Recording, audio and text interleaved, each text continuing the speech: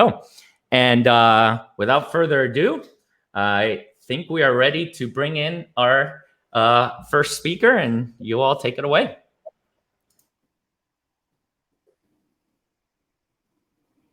Hey, Bryson. Hey, Dmitri. I have to say, I can't believe we're going to lose Moses. That's so sad. I was just going to say, I don't recognize you without the plaid blazer. Well, I totally forgot. Big fail on my part. I was going to wear some unicorns and just totally slipped my mind this morning. So I apologize to the audience for that. Well, you certainly need no introduction, but why don't you quick update the folks on all the community work that you're doing over with Silverado? Yeah, absolutely. So some of you may know I retired from CrowdStrike last year, really to focus on philanthropy and sharing my success with others and trying to help move the country forward and some in the community. You'll hear more about some of the efforts outside of Silverado that we're doing in this field later on. But Silverado is a nonprofit that we started, launched formally in February, publicly launched it. And it's all focused on promoting American competitiveness and prosperity in the 21st century. What we're trying to do is apply a venture capital approach to policy ideas. Living here in DC, there's no shortage of people that have good ideas of how the government can move the ball forward on some of the issues that we all care about, like cybersecurity and others. And the reality is that most people do not have a format to engage deeply with the government on the details of those proposals. And that's what we want to do, essentially fund those projects, if you will, get the ideas and figure out how do we get it done through legislation, through executive orders and others, and other methods to actually move the ball forward. All right, so what we're going to be talking about today is the concept of 1-10-60 metrics, which is all around detection, response, and remediation. And you first advanced this idea a few years ago about 1-10-60. So can you share where that first came from? Yeah, absolutely. I've been thinking about this for a while of how do we strategically change this game, right? As you have, Bryson, I've been in this industry for 25 plus years, and it's been frustrating that as the attacks get more and more sophisticated, you sort of get this futility that people fall into of how do we actually make a difference? How do we detect and prevent these devastating breaches from sophisticated actors? And the more I thought about it, the more I realized that the existing approaches were just not going to get us there. The approaches of let's build the best perimeter, let's prevent someone from coming in. You're just never going to stop every single 0-day or even known vulnerability because patching is still hard. You're never going to stop every insider from getting bribed and potentially coerced by a nation state or a criminal group. You're never going to stop every supply chain attack like what we've just seen with SolarWinds. So the adversary is going to get in, but that doesn't mean that they're going to succeed at their objective, because the hard part for them, if you think about it from an offensive perspective, as you know, is actually not getting in. It's once you get in, how do you get to the valuable resources within the network? How do you find out where those resources are? You're sort of in this unknown environment, and you're going to stumble in the dark for a little bit before you figure out where to go, how to get there, what privileges you need. If you're exfiltrating, how to get it out of the organization in a stealthy way. That's where actually the hard part is. It's not getting in. Getting in is a relatively easy part. And we focus so much of our effort on that first stage and almost completely neglect everything that happens afterwards, where we actually, as defenders, should have the advantage, right? We should know our network better than the adversary. That's not always the case, but in the ideal situation, it should be the case. And we should be able to find them and kick them out before they accomplish the objective. So that was my thinking before I sort of settled on this 1-10-60 concept, and the appreciation that what mattered most in winning this battle was speed, that we had to be faster than the adversary. The proverbial OODA loop was critical to get through that phase of observe, orient, decide, act much, much faster than the adversary. And then I started thinking of, well, how do you actually measure that? How do you actually think about implementing that sort of speed-based strategy inside an organization. And someone who started a company that's now the largest cybersecurity company in the world, metrics were always really, really key for us in driving our business, every part of our business, from sales to marketing to engineering and so forth. And I've always believed that metrics were really key for executives to really drive the cybersecurity initiatives within their companies. I'm a board member, proud board member of Scythe, as well as other cool startups. I deal a lot with public board members, and I feel their frustration when increasingly they're starting to appreciate that this is a big, big problem, right? That cybersecurity is something they have to pay attention to, because the last thing they want is to be another Equifax or one of those companies that gets devastated by a breach. But they're almost never technical, almost never cybersecurity professionals, and they don't know how to wrap their hands around this problem.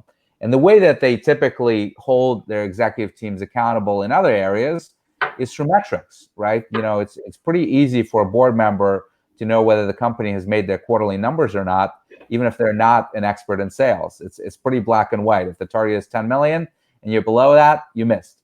And we don't have something like that in cyber. And that's when I started thinking about, how do we create a set of metrics that you can track quarter after quarter, year after year, and understand how well you're doing. And if you buy into my argument that speed is really what's the key here, and the three things within that are most important is how fast you are detecting an intrusion, investigating it, and ultimately remediating it or kicking the adversary out, then you can start measuring those three things on a consistent basis. The great thing is that you can measure it in an objective fashion through a tool like Scythe, where you can do automated simulations with kind of red teams within your network. So even if you don't have breaches every day, as most people don't, you can understand how your team would respond, both from a technology perspective, from a people perspective, process, and so forth, to a simulated breach.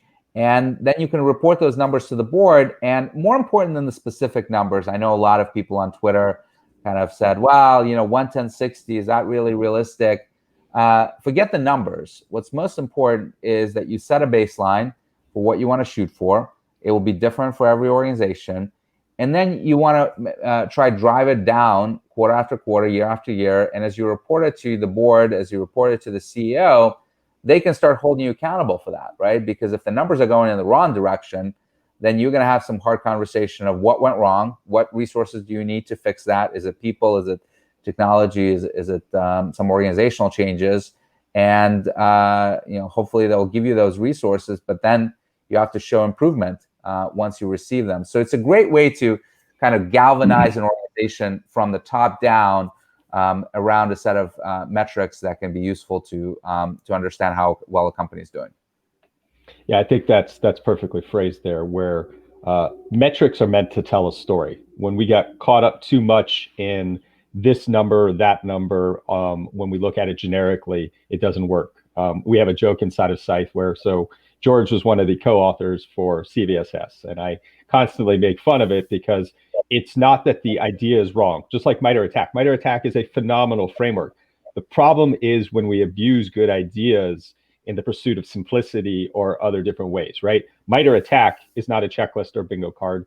CVSS is not a generic measure of security that's going to work for all organizations. You have to put it in the context for you. And the same thing applies to these metrics. So we have built our own services organization. So we do a lot of these assessments for different folks. And the thing that we see over and over again is, one, there are all sorts of different numbers. And the key is establishing that insight into what's the number for you, so that as you start to get a grasp around how your organization, through numerous simulated incidents instead of the real thing, can get a feel for, well, this is when we're starting to see things trend up, trend down. And after you've invested that effort to building that apparatus, then you get to start to get those benefits in a very natural way. We just published a post going through a very exploded out detection metrics maturity model, starting from just simple things like, what am I even logging? Because you need those basics, you need that foundation before you can accurately even start to measure time to detect. And then on the more advanced end is taking the concepts that you've advanced around detection, response, and remediation. One of the things that we go in a little bit more detail on those is also that there's the difference between technical response and people response, right? When was I alerted? When was my team actually able to respond to something, even if it was a valid alert? And that also kind of shows how much noise there is in the environment around that. And then, and by the way, sorry, I'll just tell you, in my experience responding to thousands of breaches over the years, the hardest part is actually not detecting it. It is hard, but the response and the investigation is where most people just fail miserably, because that's where the organization comes in, right? Who's on point? Who needs to approve this action? If you're going to take down some server, who do you need to call before you can actually do that? All those sorts of things is what makes this super hard. And we rarely think about this in the cybersecurity community, except for the practitioners that have to deal with this on a day-to-day basis. We think once we detected it, oh, that's easy, we'll just stop it. And the hard part actually begins at that point. So clearly you and I are on board on this concept, but I would say if we look across industry, both from a product ecosystem where we see investments, there are still a number of companies and folks that are clinging to the fact that while we all agree conceptually the perimeter is dead, their priorities and their investment don't match that. Why do you think that is? You have so many people that are still striving for perfection. It's a hard thing for people to grasp, is that perfection is not going to be possible here, right? I mean, most of the smart people in this industry have fully embraced the assume breach mentality, right? Methodology that someone is going to get in if they're capable. But I still talk to so many companies, so many CISOs that just refuse to accept that reality, and they're pouring millions and millions of dollars, literally throwing good money after bad, thinking that, you know, if they buy yet another widget, that they're going to somehow stop someone from coming in. And it's just never going to happen. Our entire history of this field, going back to Kuku-Zag in 1986, has shown us that a capable actor will always find a way in, a persistent actor.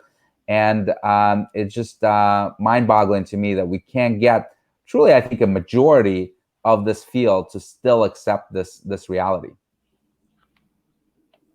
So what can we do to help them get them there?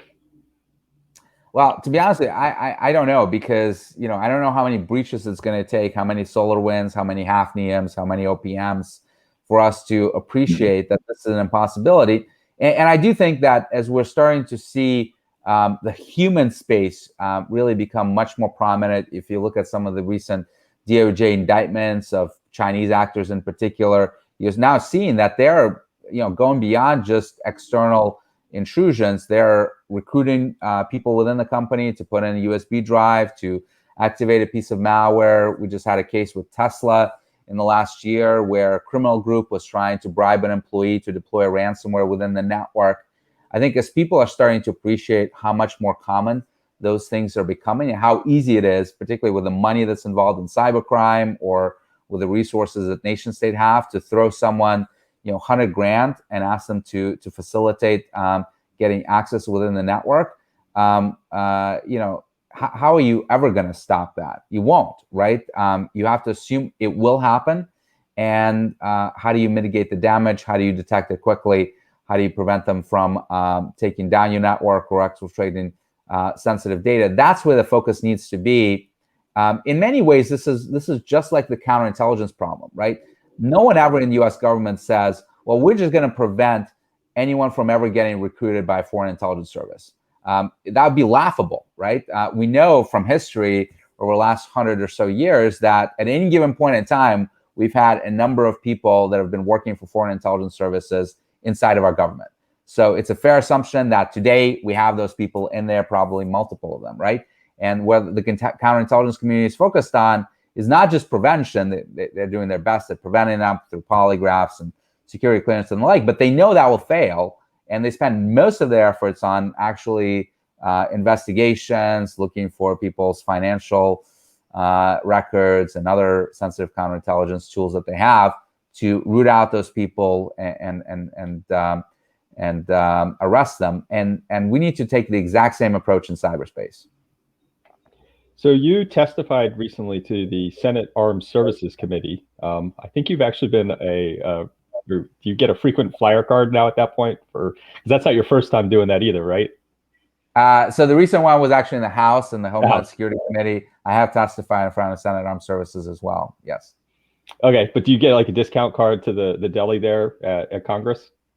You know, I'm still waiting for my check to arrive from that, so I'm not sure. It might have gotten lost in the mail. And part of that testimony was you were advancing a lot of these concepts there and working to get those into funding to advance how the government is approaching this. Can you share that? Yeah, absolutely. And not just Congress, but the administration is going to roll out an executive order probably in the next week or so. And Neuberger, who is a tremendous person, probably one of the most leading people in government today, who deeply understands these issues, now in this newly empowered role of National Security Advisor for Cyber in the White House, Deputy National Security Advisor. The highest role we've ever had in the White House, focused on cyber issues. She's been following the mantra that don't let a good crisis go to waste, and leveraging SolarWinds and Hafnium to really push through some critical changes in how the government is organized to deal with cyber issues, and focused on supply chain, breach notification, a variety of other things that you'll see coming out of these executive orders. And it's going to take both actions. The White House will do a bunch of things.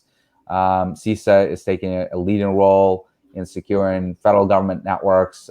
We've given CISA authorities in the recently passed defense authorization bill to actually hunt on federal networks, even if the agencies don't give you authority to do so. That was a critical first step to giving them ability to become what I call the CISO. Make CISA the CISO of the federal government, give them the operational responsibility to actually defend the civilian government networks. And we're going to have a bunch of actions in Congress. There's a number of committees working on bills that I think are going to be pretty important going forward to help move the nation forward. Playing off the old DHS, Department of Homeland Security, see something, say something. I think the phrase that we're taking away from this is CISO, CISA. That's right. I mean, we just, and by the way, I fully appreciate the criticism that CISA is not capable of doing this today, and they're not. My view on this is that if you never give them the mission and give them an opportunity to fail, they will never get there, right? We need to get to a point where it's sink or swim. You've got the ball, you run with it, and we're going to hold you accountable for the results. And the situation that we have today is completely untenable, where you have, I think, 137 different executive agencies with varying budgets, varying degrees of talent and capabilities, all doing their own thing in a completely disconnected fashion. And guess what? Bureau of Land Management will never be good at cyber, right? No offense to great people working there, but it's just not a place that's going to attract the best and the brightest in the cybersecurity community. And there's tons of agencies like that within the U.S. government that actually have sensitive information, but that will not be able to attract the talent, the right strategies to do this. So we need to centralize this as much as possible. Leave DoD and IC out of it. Cyber Command will handle DoD. IC can do this for the most part themselves. But most of the civilian agencies, we just need to say, CISA, you've got the ball.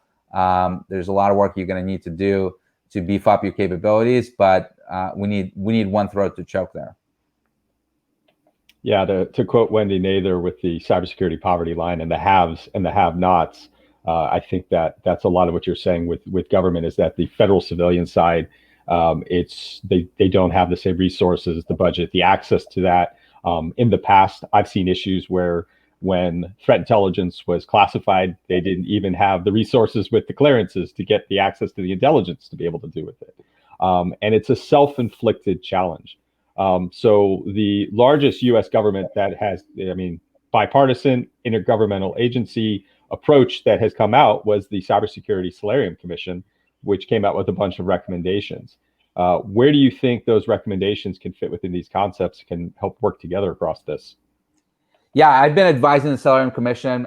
It's actually one of the most effective commissions we ever had. You know, people in DC get jaded with commissions. We get one every few years on something, it seems like, and few of them actually accomplish anything.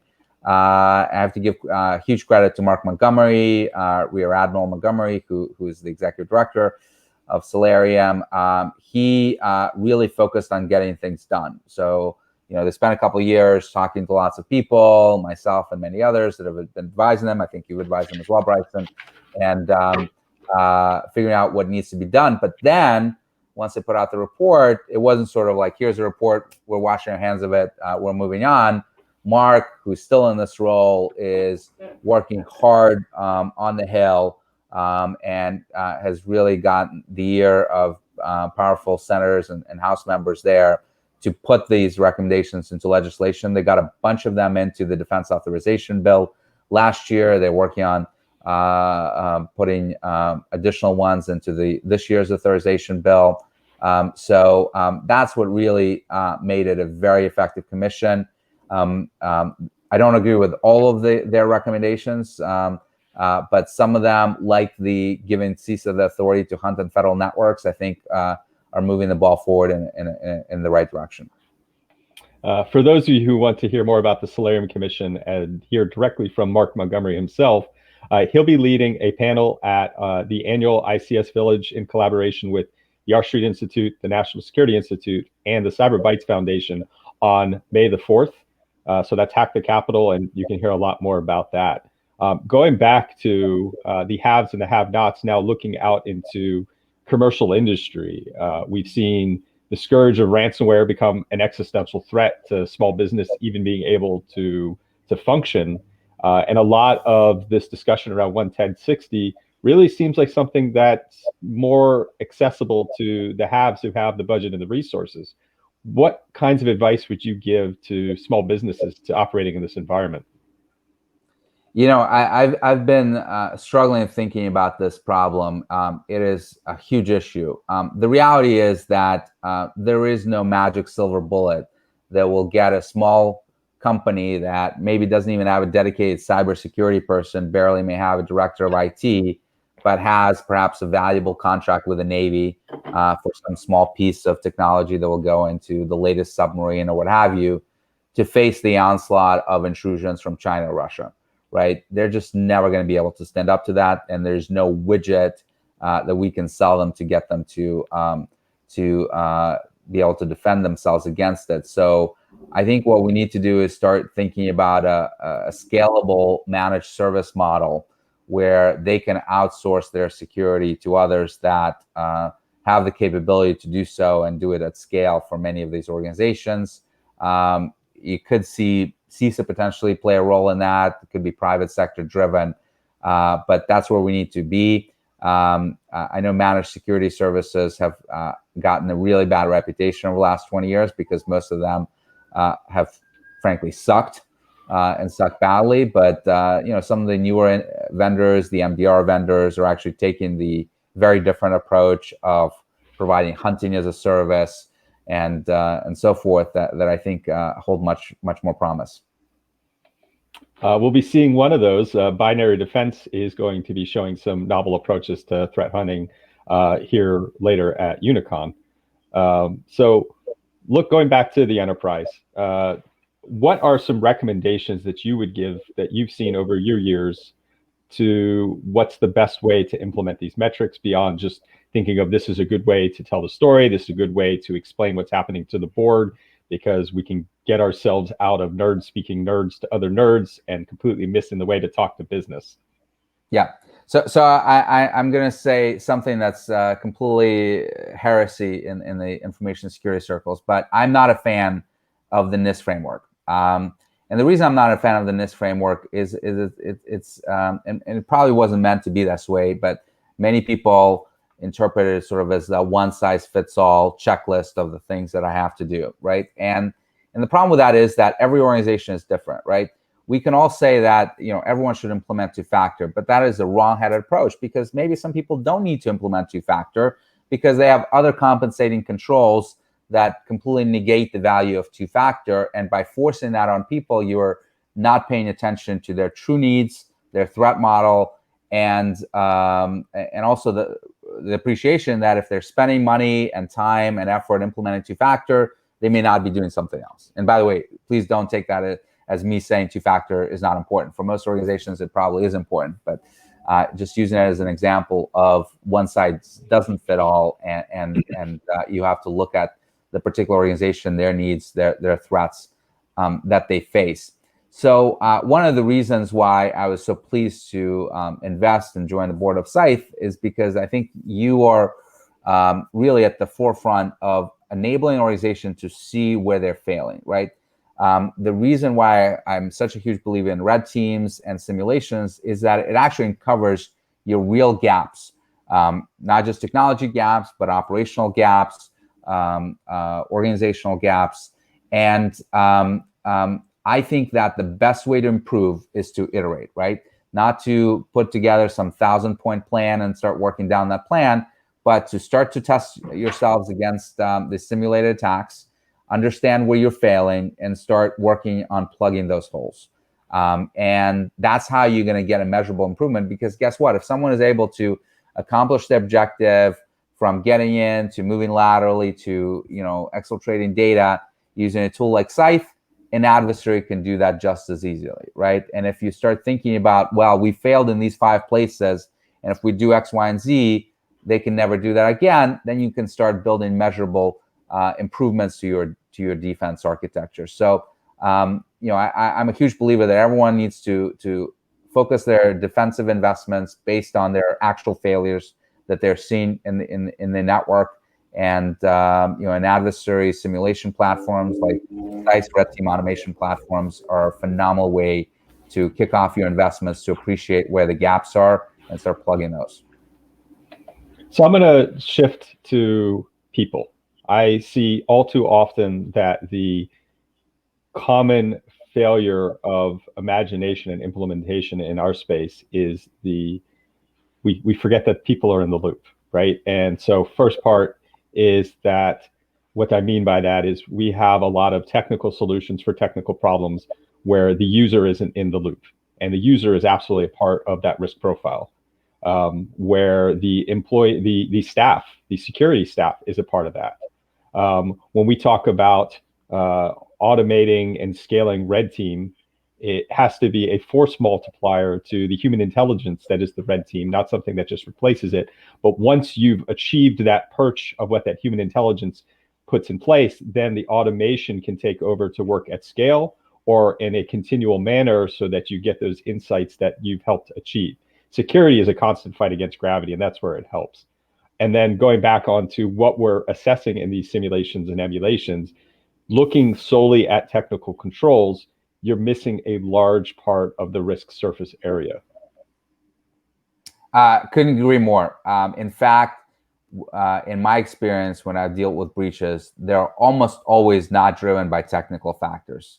Technical factors contribute to it, but when you look at the root of why that server at Equifax wasn't patched, it was because of human failures, right? And organizational failures that did not catch those problems. I can tell you from my experience, the best organizations I've seen that are doing the best on cyber, being able to thwart attacks that are coming at them on a daily basis from very sophisticated actors, are not the ones with massive teams and those that spend huge amounts of money on cybersecurity. In fact, most of those organizations are actually quite bad at it.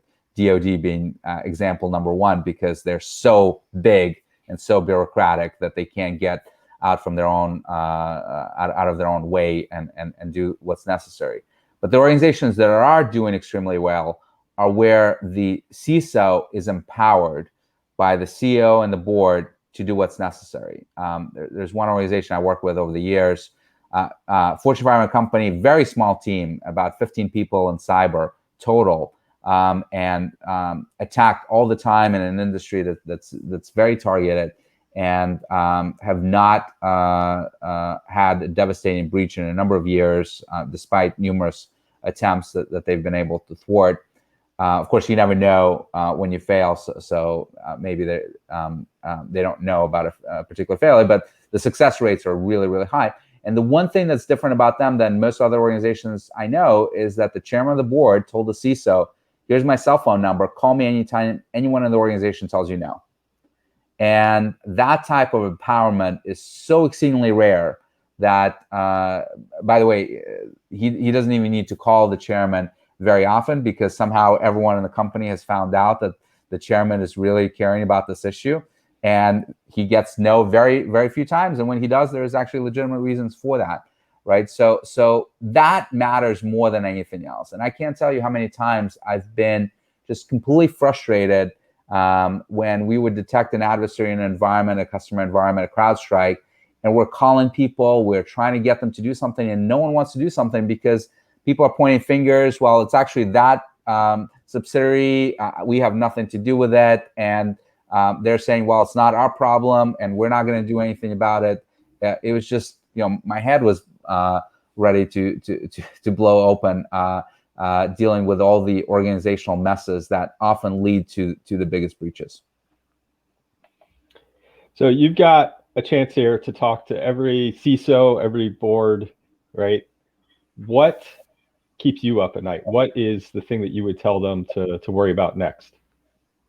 Well, it's a very simple thing. It's not about what you should be worried about next. It's what you should be worried about now and what you should have been worried about for the last 3 or 4 years, and that's ransomware, right?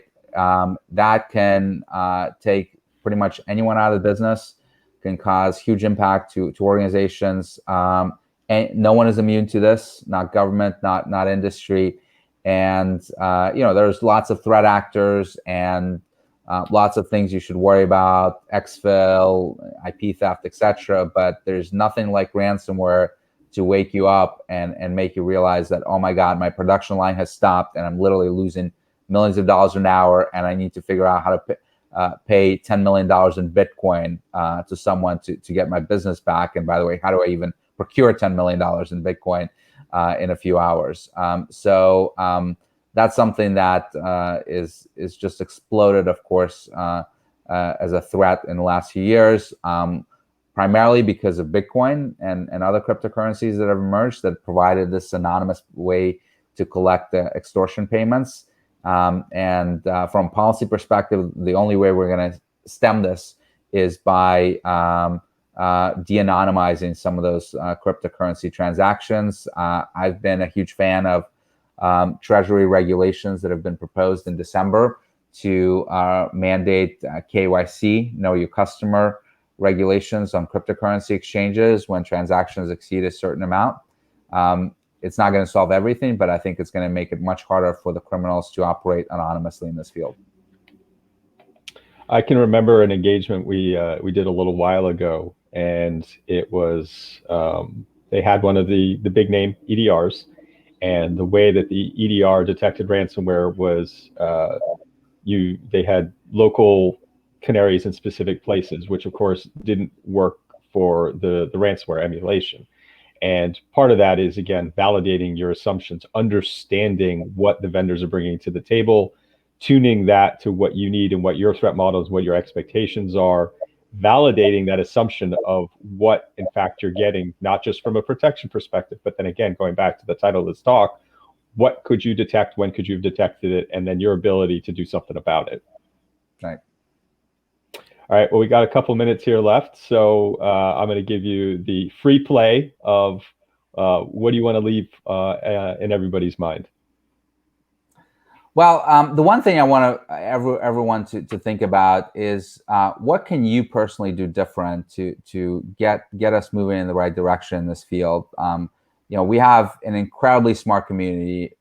Unfortunately, most of that community is not engaged here in DC with policymakers on what needs to be done. And the reality is that laws are going to get passed, executive orders are going to get issued, and if you're not engaging with those people, you're not going to like the outcome, because if they're not informed on what truly matters, they're going to pass some really, really bad laws that are going to make things worse. So I implore everyone to get more active in this field. If you don't have the time or interest in doing this directly, please reach out to us at Silverado. We're happy to solicit ideas. We don't pretend that we have the monopoly on great ideas. In fact, quite the opposite. We want to find people that have fantastic ideas, and we can work them within the system to get them exposed to the right people and sort of position them in the way that makes sense for legislation or for executive action. So that's what I'd really love for this community. We can all bitch on Twitter. We can all talk about how bad things are, but let's actually be productive and try to fix the problem as opposed to just keep admiring it. And I believe you and I talked about that you're going to be sharing even more in depth on Silverado at Hack the Capitol. That's right. Looking forward to that. Thanks for inviting me to that, Bryson. And beyond Silverado, you'll see a bunch of philanthropic efforts from me later this year. I love what Ron Gula is doing. I'm also on his advisory board for his foundation.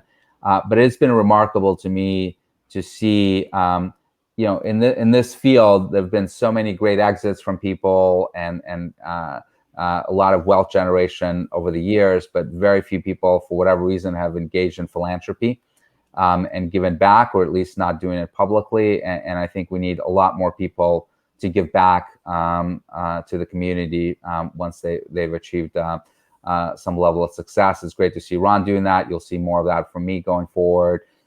Fantastic, Bryson, that you're contributing not just your money, but literally your beard to the cause. And I hope more will do that going forward, both in the areas of education and many other things where we're falling behind. Well, we look forward to hearing even more about that. And thank you so much for being an example, not only on the philanthropic side, but all of the great work that you're doing to help make all of us safer. All right. Thanks so much, Bryson. Take care. Right.